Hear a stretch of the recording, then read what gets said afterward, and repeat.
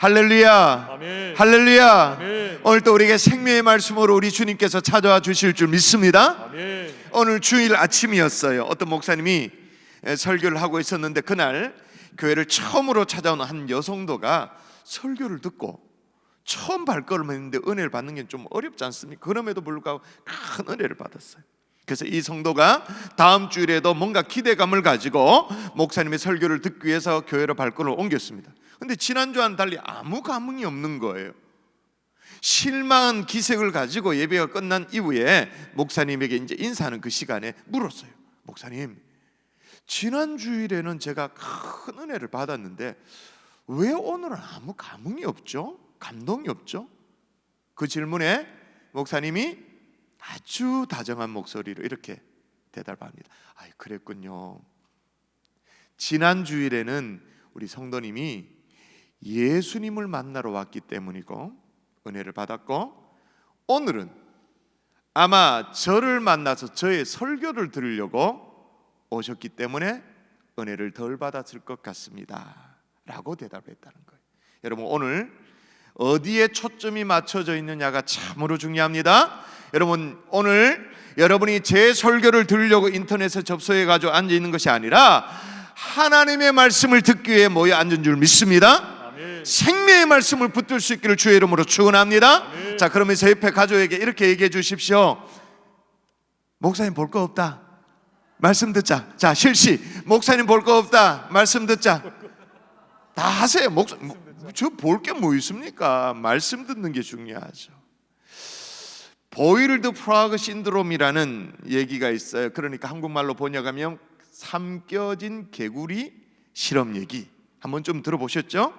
기록에 의하면 1872년도 생리학자였던 하이즈만이라는 사람이 비커에다가 물을 채우고 그 속에 그 개구리를 집어넣었어요.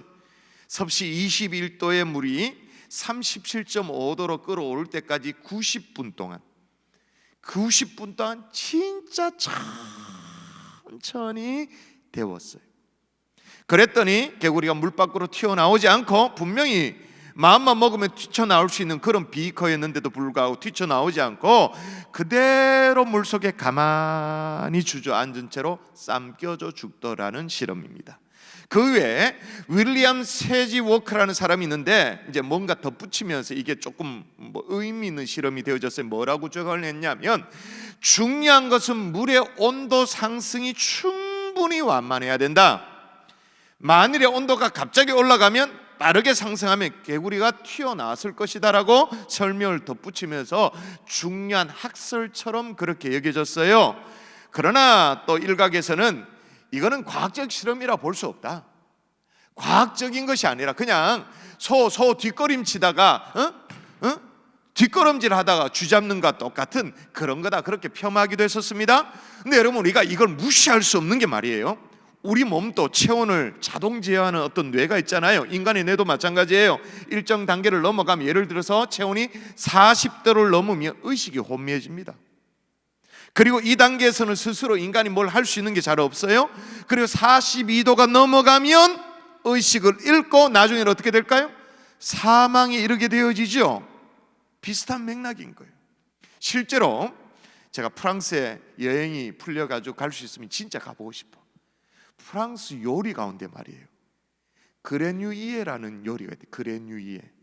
이게 뭐냐? 개구리 요리인데, 개구리를 요리할 때 물을 서서히 데워서 조리하는 요리, 그레뉴이에라는 요리가 실제로 있대요.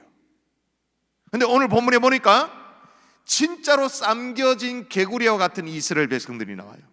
그냥 아무것도 안 해, 아무것도 안 하고 푹 삼켜진 이스라엘 백성들. 제가 왜 그렇게 끔찍한 이 개구리와 똑같다라고 말했냐면, 여러분, 이스라엘 백성들이 어떤 상황인가? 1절을 여러분 한번 읽어볼까요? 자, 같이 읽습니다. 시작.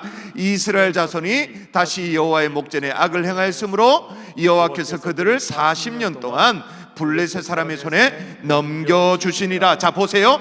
이스라엘 자손이 다시 여호와께 목전을 행했다, 악을 행했다, 그래가지고 엉뚱한 일을 했기 때문에 어려움을 당했다. 뭐 예사롭지도 않아. 이거 뭐 다시 악을 행했다, 전혀 새롭지도 않아. 하도 반복되니까. 여러분, 오늘 우리가 여러분이 다 카운트를 했는지 모르겠습니다만은 사사기의 말씀을 살핀 지 11번째입니다. 지난 10번의 사사기의 말씀을 쭉 살펴보면 계속적으로 반복된 패턴 계속 확인했잖아요. 뭐예요?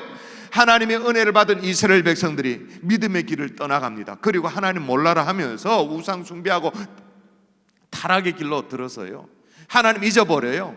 우상을 섬깁니다.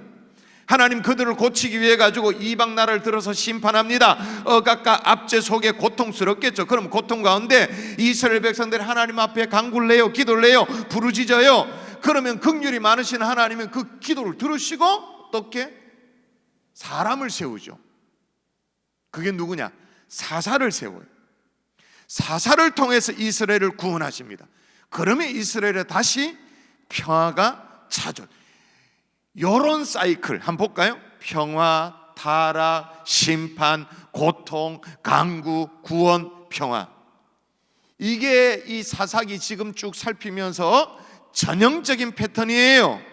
이게 워낙 반복되어지는 패턴이니까 이게 다 외워질 지경이야. 지난 10번 동안 쭉 살피면서. 그런데 이렇게 반복되어지는 사이클이 가면 갈수록, 이렇게 사이클이 반복되어지면 나아지면 얼마나 좋을까? 그죠? 호전되어지면 얼마나 좋겠어요. 근데 사이클이 상향 나선형이 아니야. 상향이 아니야. 하향이야. 가면 갈수록 가라앉는 거예요. 가면 갈수록 바닥인 거예요. 여러분, 한 믿음의 가문도 보면요, 어떤 집안은 세대가 거듭되면 될수록 믿음과 헌신이 탁월한, 헌신이 막 올라가는, 믿음이 올라가는 집안이 있습니다. 그런데 어떤 집안은 똑같은 믿음의 집안이라고 말할 수 있는데 가면 갈수록 선대의 믿음을 다 팔아먹어. 가면 갈수록 선대의 믿음을 다 팔아먹고 바닥나는 그런 집안이 있어요. 자, 오늘 이스라엘을 또 어느 정도로 바닥이 났느냐 하면 1절을 제가 다시 한번 읽어볼게요. 여러분 보세요. 이스라엘 자손이 다시 여호와의 목전에 악을 행하였으므로 여호와께서 그들을 40년 동안 블레셋 사람의 손에 넘겨주시니라. 자, 이렇게 하고 나면 그 다음에는 우리가 알고 있는 패턴대로 말하면, 사이클대로라면 그 다음에 뭐가 나와야 돼요? 자, 평화, 타락, 심판. 그 다음에 뭐예요? 이스라엘 백성들이 고통을 겪었다. 고통이 나와야 되죠. 고통 다음에는 또 뭐가? 못 살겠다고, 고통스럽다고, 살려달라고 하나님 앞에 간구하는, 부르짖는 그런 모습이 나와야 돼요. 그런데 사사기에 계속 유지되고 있는 이 사이클이 말이에요. 자, 오늘 본문에 와서 이게 깨져. 고통이 없어요. 고통에 따른 이스라엘 백성들이 살려달라는 그 한 맺힌 기도가 없어요. 고통도 없고 기도도 없어요. 자, 그럼 물어보십시다. 대답해 보세요. 왜 고통이 없죠? 이제 고통스럽지 않아서 고통이 없는 건가요? 아니, 블레셋의 압제가 40년인데 일제 치해보다 훨씬 더 긴데 뭐가 고통이 없어요? 고통스럽지 않아서 고통을 호소하지 않는 것이 아니죠. 정확하게 말하면 뭐예요? 고통을 못 느끼는 거죠. 앞서 소개한 대로 그 삼겨진 깨구리처럼 이게 아주 심각한 거예요. 여러분, 병원에도 가면, 제가 최근에 이제 병원에 가족 때문에 며칠 병원에 가보니까 이게 완전 이 실감나게 느껴지는데, 병원에도 가보면 보통 말이에요, 가벼운 경증 환자들이 입원되어 있는 병실 있잖아요. 그런 병실은 시끌시끌합니다. 시끌시끌. 그래서 막 아프다고 소리도 지르고 신음한 소리도 들리고, 그리고 막 진통제 더 달라고 막 호통도 치고, 간호사 데스크에 가지고 막 소리도 지르고, 또 병문안 사람들 때문에 시끄럽기도 하고, 요즘 뭐 코로나 때문에 병문안하는 사람 잘 없습니다만은, 심지어는 뭐까지 있냐면 병원밥 맛이 없다고 외부에서 음식을 배달시켜.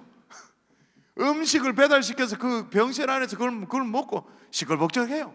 근데 똑같은 병원인데요, 중환자실에 가보면, 집중치료실에 가보면 어떻게 돼요?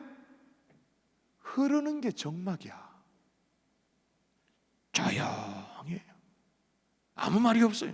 오로지 들리는 건 뭐냐? 그 뭐 의료 장비들 있잖아요. 기계 기계 돌아가는 소리, 그게 전부예요. 왜 그럴까요? 혼수 상태이니까 고통을 못 느껴. 아니면 뭐예요? 고통을 호소할 기력조차 없는 거죠. 자, 그러면 병원의 중환자실만 그런가? 우리는 어떤가? 아픈데 아프다고 말을 안 해. 아니, 사는 게 힘든데 그러면 힘들다고 말을 해야 될 거 아니에요. 말을 안 해. 왜? 워낙 오랫동안 그렇게 살아와가지고. 그럼 여러분, 실제로 안 아픈가요? 실제로 괜찮나요? 실제로 마음에 고통이 없나요? 여러분, 적어도 우리가 성도라면 이 금요일날 이렇게 지금 함께 예배 자리에 이렇게 함께 접속해서 있을 정도라면 하나님 앞에 힘들면 힘들다고, 나 죽을 것 같다고 외쳐야 되잖아요. 매달려야 되잖아요. 살려달라고. 아멘이십니까? 아멘. 그런데도 멍 때리고 있어. 그게 인내예요? 그게 신앙이에요? 개구리처럼 삼켜지고 있는 중이지. 아니, 바닥에서 막 불이 올라오면 어떻게 해야 돼요? 아니, 뜨겁다고 뛰쳐나와야 되지. 문제가 있으면 어떻게 돼요? 부르짖어 하나님 앞에 매달려야 되지. 근데 너무 오랫동안 그냥 그렇게 앉아있다 보니까 나도 모르는 사이에 푹 삼켜지는 개구리와 같은 그런 인생이 되어지는 거예요. 그런 인생 한 명도 없기를 주 예수 이름으로 축원합니다. 아멘. 혹시 잠든 채로 지금 삼켜지고 있다면 외마디 비명이라도 질러야 되는데 비명도 꽥소리도 못 지르는 그런 성도들이 있다면 여러분 어떻게 해야 될까요? 따라 하십시다. 삼손이 필요하다. 삼손이 필요하다. 이 무슨 말인지 좀 헷갈릴 거, 그래도 한번 따라 하십시오. 삼손이 필요하다. 삼손이 필요하다. 웬만한 것은 안 된다 그 말인 거예요. 잠자는 이스라엘을 깨우려면 적어도 삼손 정도는 있어야 된다 그 말이에요. 지금 이스라엘 상황이 어떠하냐면요, 이스라엘은요 블레셋의 지배를 당하면서도 저항은 없어요. 저항이. 성경을 보세요. 자세히 보세요. 블레셋의 어떤 저항이 없어요. 물론 이 당시 블레셋이 철기 문명이 발달했기 때문에 막강한 군사를 가지고 있어서 깨갱하고 아무 소리도 못하고 저항도 못하고 그런 것도 있었습니다마는 블레셋이 힘으로 그 당시에 다스리지 않았어요. 아주 영리하죠. 아주 교묘하게 화친 정책을 펼친 거예요. 그래서 이스라엘과도 교육을 해, 통상을 해. 그리고 자기 아들 딸들이 이스라엘로 시집장가도 보내. 그리고 보낼 뿐만 아니라 또 맞이하기도 해. 그 결과 어떻게 됐을까요? 이스라엘은요 블레셋의 지배 아래에서 전혀 불편함을 못 느껴요. 오히려 그 블레셋의 막강한 군사력이 우산처럼 느껴요. 우산처럼 느껴져서 그 아래에서 편안해하기도 하는 거예요. 마치 뭐와 똑같냐? 물이 따뜻하게 끓여집니다. 이제 온도가 올라가면 그 안에서 이제 편안하게 오호 하고 있는 개구리처럼 어떻게? 그걸 몇 년?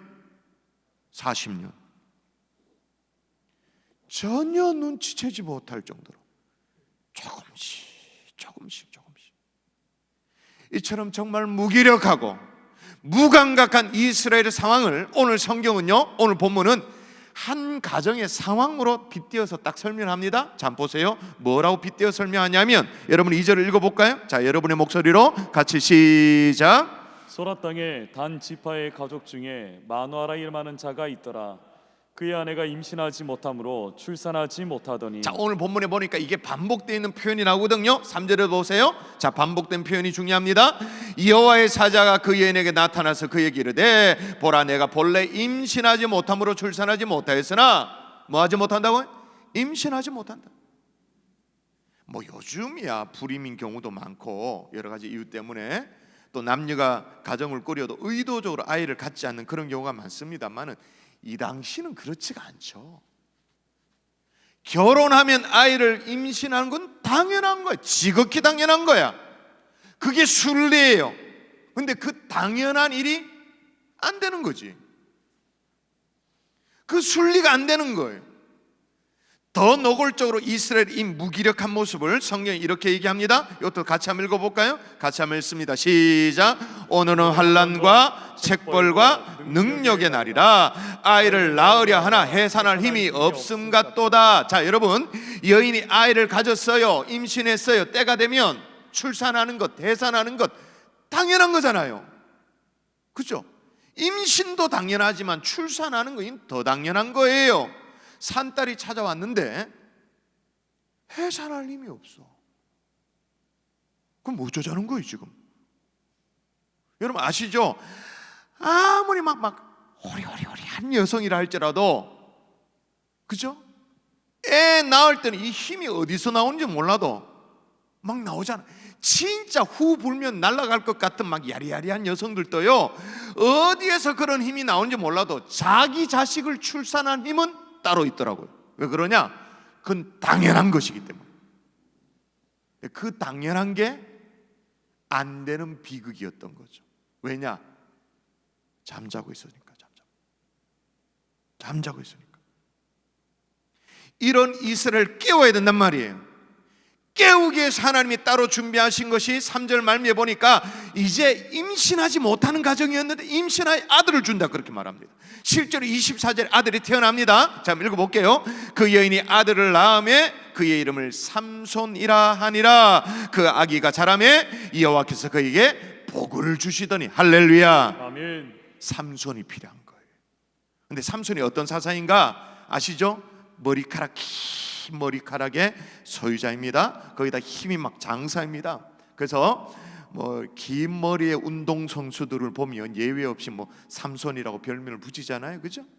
그리고 튼튼한 가방, 아주 그냥 만년 묶인 그런 튼튼한 가방을 만들겠다고 삼손족이라고 이름 붙여져 있는 명품 브랜드 가방이 있잖아요. 샘소나이트, 삼손족이라는 뜻이죠. 또 삼손에게는 이 여인, 이방 여인 들릴라와의 로맨스로 유명합니다. 그래서 뭐 삼손과 데릴라 그러면서 영화도 나오고 만화도 있고, 그렇죠? 근데 그런 것들은 삼손에 대해서 다 주변 얘기예요. 주변 얘기. 진짜 삼손의 사명이 뭐냐? 삼손의 사명은 블레셋을 깨뜨리는 거예요. 이스라엘을 잠들도록 만드는 이 블레셋을 깨뜨린 거. 여기가 조사우니 하고 노골노골한 상태로 그냥 이스라엘 잠들어 버리도록 하는 이 블레셋을 깨뜨린, 이게 삼손의 사명이에요. 그래서 여러분, 삼손을 쭉 읽다 보면 이상한 대목이 나오는데 삼손은 일부러 블레셋 여인을 아내로 맞이해요. 그 뒤에 보면 이 삼손이 기생을 맞이하고 들릴라를 맞이하고 이제 성적으로 타락한 그 전에, 그 훨씬 전에 이삭의 블레셋 여인을 아내로 맞이해. 물론 하나님의 방법이 아니었어요. 부모도 그 의도를 몰랐습니다만 왜 하필이면 이방 여인을 아내로 맞이하는가? 자, 성경을 보십시오. 뭐라고 말하는가? 사사기 14장 4절. 그때 같이 시작. 그때 블레셋 사람이 이스라엘을 다스린 까닭에 삼손이 틈을 타서 블레셋 사람을 치려 함이었으나. 아멘. 블레셋이 이스라엘을 다스린 까닭에, 그것 때문에 삼손이 틈을 타서 블레셋 사람을 치려 했다. 그래서 블레셋 사람에게 이제 혼인 잔치 벌어지고 할 때 말이에요, 수수께끼를 내잖아요. 다 아시죠? 모르시면 성경 좀 읽으시고 드라마 바이블 좀 하시고 그러면 돼요. 먹는 자에게 먹는 게 나오고 강한 자에게 단 것이 나온다. 이 수수께끼 사건으로 블레셋 30명을 죽여요. 또 여우 300마리를 잡아다가 여우 300마리를 잡아다 꼬리를 막 묶어가지고 연결해가지고 밧줄처럼 묶어가지고 그 사이에 횃불을 꼽아가지고는 푹 풀어보니까 블레셋 막 곡식, 포도원 다 쓸어버려, 다 불살질러버려. 이게 시비거리가 되어지니까 어떻게 돼요? 마귀 턱뼈, 나귀 턱뼈 하나 들고는 뼈다귀 하나 들고는 블레셋 1,000명을 때려 죽여버려.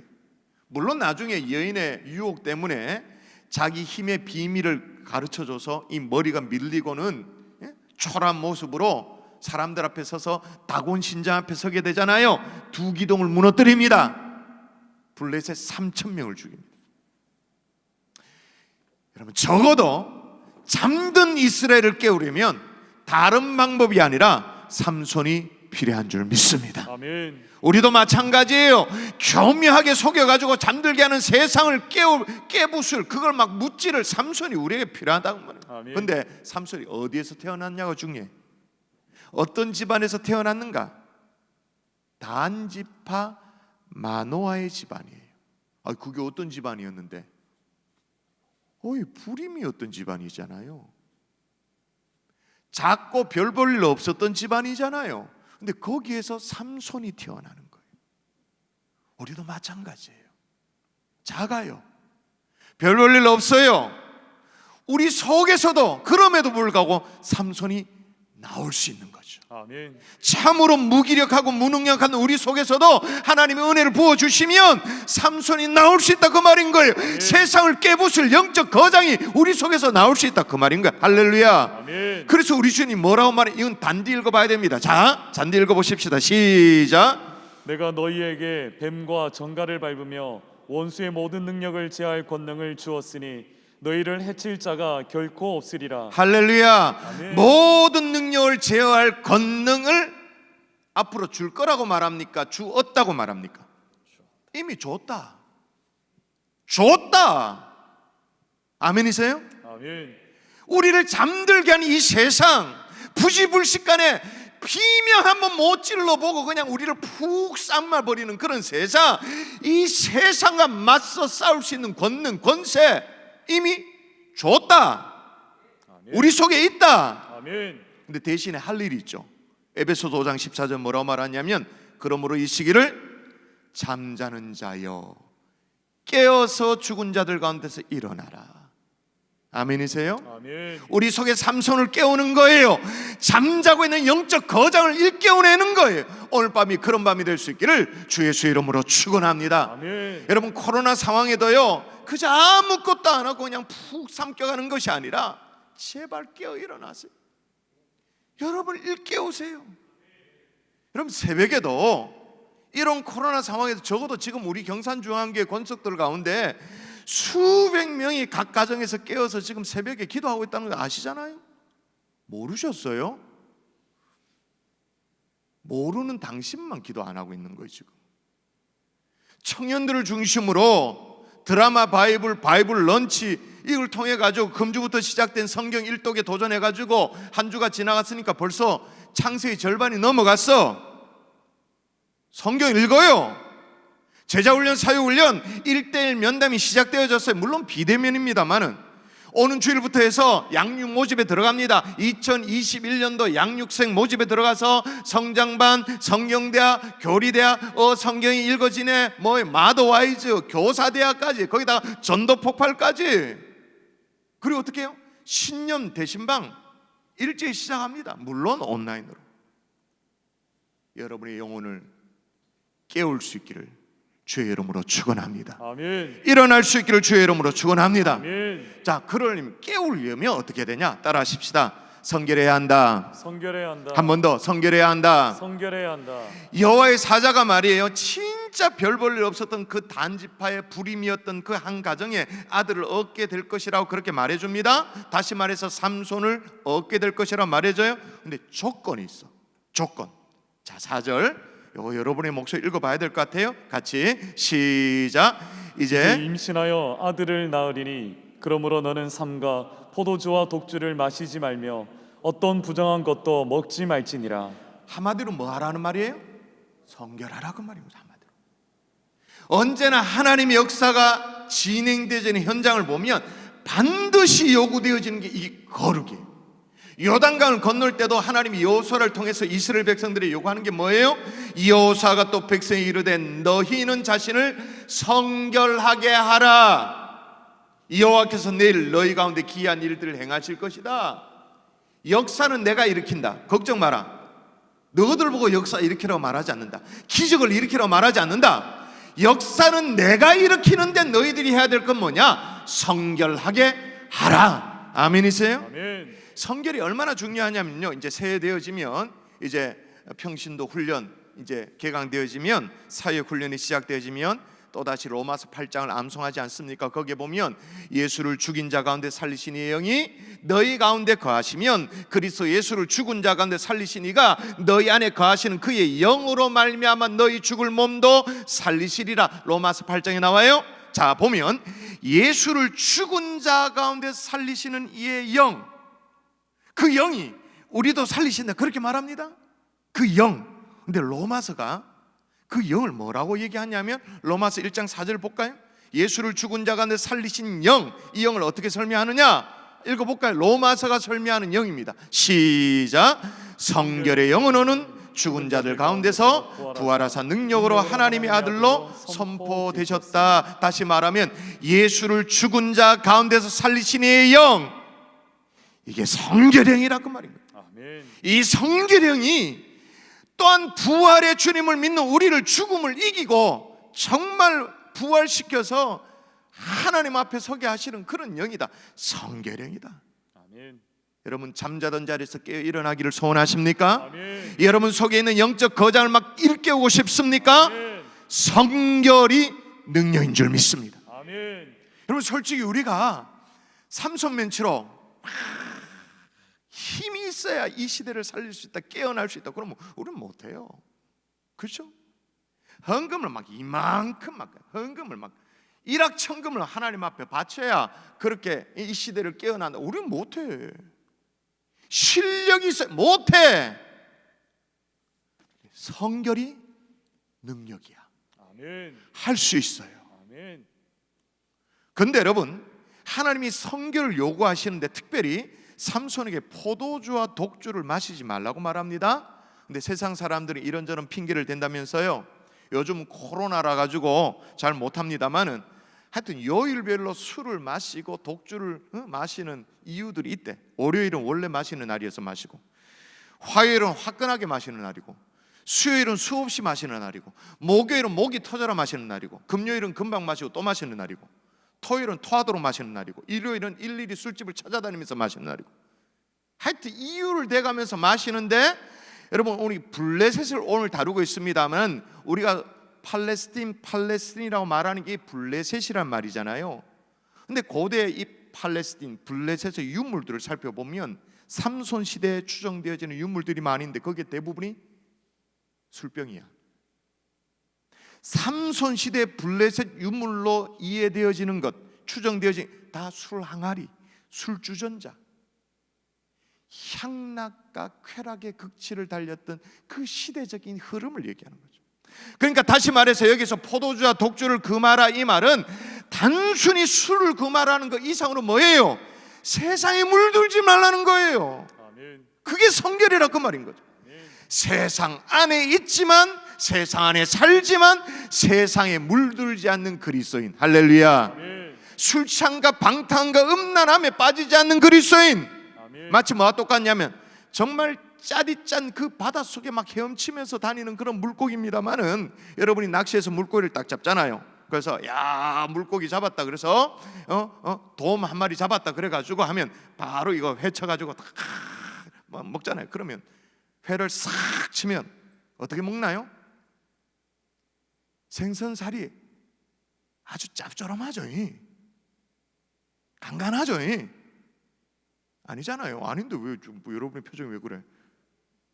그거 생선 회 치면 그 와사비 간장 찍어 먹어야 돼. 싱거워서. 회 그 뭐예요? 초장에라도 이렇게 찍어 먹어야 돼. 왜 그런가? 바닷물 안에 있지만 바닷물에 물들지 않는 거예요. 아멘. 여러분 하다못해 고등어를 잡으면 어떻게 해요? 고등어 다시 간을 해야 돼. 그래서 어떻게? 간을 막 소금 막 이런 거 왕소금 집어넣어 가지고 간고동을 만들어야 돼. 왜? 물들지 않았기 때문에. 그럼 이 시점에 여러분 우리 스스로 자존심 상하지만 이 질문을 할 수밖에 없습니다. 우리가 고등어보다 못한가? 생선보다는 좀 나아야 되지 않겠는가? 세상에 살지만 세속적이지 않는 그리스도인. 아멘이십니까? 아멘. 포도주와 독주를 금한다 이 말은 뭘 흡수하느냐, 뭘 받아들이느냐, 그걸 얘기하는 거예요. 여러분 안데스 산맥 남부 지역의 칠레와 아르헨티나 국경에 보면 거기 보면 거대한 빙산이 있대요. 만년설이 있는데 웁살라 빙산이라는 게 있는데 이게 규모가 폭이 3km, 길이가 60km, 높이가 대략 100m 정도 된 거대한 빙산인데 여기서 이제 뚝뚝 떨어져서 이제 유빙이라 그러죠. 이렇게 떨어지는 유빙이 있어요. 떠돌아다니는 유빙이 있는데 이게 너무너무 이쁜 거야. 제가 사진을 한번 보여주실래요? 저기 유빙이야. 푸른 빛깔. 감탄 좀 해주세요. 와, 하여튼 감정이 다 메말랐어. 하여튼 뭘 보여줘도 감동을 안 해. 그냥 멀뚱멀뚱하게 푹 삼겨진 깨구리 모양. 그냥 삶아 잡수십시오 뭐 이렇게 쳐다보면 안 되죠. 아름답잖아요. 근데 중요한 건 뭐냐, 이게 굉장히 오래된 빙산인데 말이에요. 이 만들어진 게 굉장히 오래된 건데 이게 빛이 옷보다 더 영롱한 빛을 발휘하는 거예요. 근데 이게요, 자, 질문입니다. 빙산에서 빛을 발산할까요? 아니면 빛을 흡수한 걸까요? 뭔 얘기일까요? 이 비결은 뭐냐면 어떤 빛을 스스로 발산해내느냐가 중요한 게 아니래요. 그런 능력이 없대요. 빙산은 그동안 어떤 파장의 빛을 흡수했느냐, 이게 오랜 세월 동안 누적되어져서 거대한 얼음덩이가 이제 바다에 둥둥 떠다니면 흡수한 것이 드러난다 그 말인 거예요. 흡수한 것이 그대로 영롱하게 빛이 빛깔로 어떤 영롱한 빛깔로 드러난다 그 말이에요. 그러면 이렇게 여러분이 물어봐야 되죠. 나는 뭘 받아들이고 있는가? 뭘 흡수하고 있는가? 세상으로부터 뭘 받아들이고 살고 있는가? 세상의 오만 것들, 지저분한 것들, 다 썩어 빠진 것들, 시커먼 것들, 그런 거 받아들이면 내게서 어떤 색깔이 나요? 시커멓지 뭐. 그냥 안 봐도 뻔하지. 아무리 쳐발라도 그냥 아무리 뭐 해도 시커매요. 솔직히 여러분, 되게 성결하고 애쓰지 마세요. 되게 내가 성결해야지 애쓰지 말고 뭐만 고민하면 돼? 내가 뭘 받아들이고 있는가? 뭘 흡수하고 있는가? 받아들일 거와 안 받아들일 거, 이것만 구분해도 우리는 성결된 삶 성공할 수 있는 줄 믿습니다. 아멘. 오늘 이 결단을 할 수 있기를 주의 이름으로 축원합니다. 아멘. 말씀의 결론을 맺을게요. 프란시스 셰퍼 박사 계세요. 말년에 암으로 고통받아가지고 참 어려움을 겪었는데 미국의 유수의 대학을 방문하면서 아주 피를 토하듯이 한 얘기가 있어요. 오늘날 이 시대는 행복을 추구하지만 거룩은 추구하지 않는 시대이다. 다시요, 오늘날 이 시대는 행복은 추구하지만 거룩은 추구하지 않는 이 시대. 마치 뭐와 똑같냐? 시흥암 속에 물이 따뜻하니까 여기가 조사오니 행복하다는 거예요. 그만 나를 그냥 두라는 거예요. 쌈겨 죽는지도 모르고 그냥 내비두라는 거예요. 여러분이 세상에 가져다주는 이 안일한 행복을 포기하고 하나님이 주시는 평강의 삶, 거룩의 삶, 이거 결단할 수 있기를 주의 이름으로 축원합니다. 우리 속에 영적 거장이 일어나게 될 거예요. 삼손이 일어나게 될 거예요. 이미 우리에게 주신 권능이 일어나게 될 거예요. 블레셋을 깨볼 수 있는 이 우리 속에 있는 잠자는 이 삼손, 깨어 세우는 하나님의 종들 될 수 있기를 주 예수 이름으로 축복합니다. 아멘. 우리 찬송하고 기도하십시다. 우리